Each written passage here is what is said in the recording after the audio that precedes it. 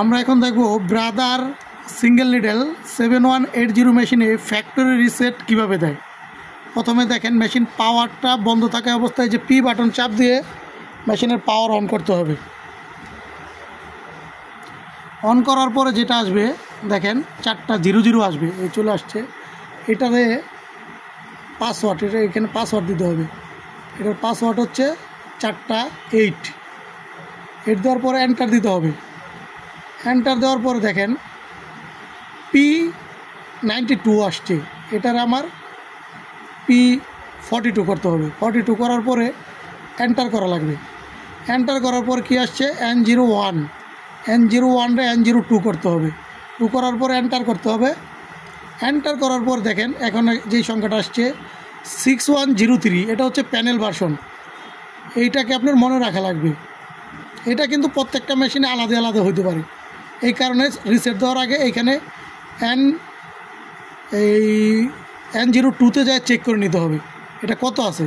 এই মেশিনে আছে 6103। এরপর আমরা বের হয়ে যাই, পি বাটন চাপ দেই, আরেকটা চাপ দেই, এই যে দেখেন বের হয়ে গেছি। এখন এটার কি করতে হবে 124-এ যাইতে হবে। 124-এ যাওয়ার পরে এন্টার করতে হবে। এন্টার দেখেন এখন এখানে 4টা 00 আছে। এখন যে কাজটা করতে হবে, আমরা প্যানেল ভার্সন যেটা দেখছি ওই প্যানেল ভার্সনটাকে এইখানে আপনার বসাইতে হবে 6103। এটা আমি আবারও বলতেছি, এটা কিন্তু প্রত্যেকটা মেশিনের জন্য আলাদা আলাদা হইতে পারে। আগে আপনি রিসেট দেওয়ার আগে প্যানেল ভার্সন চেক করে দেন হচ্ছে রিসেট দিবেন।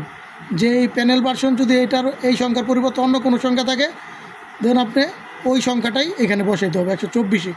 বসানোর পরে এন্টার চাপ দিতে হবে।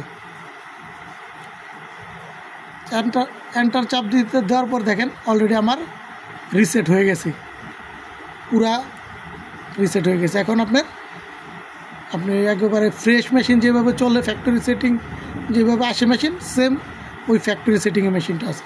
ওকে, থ্যাংক ইউ।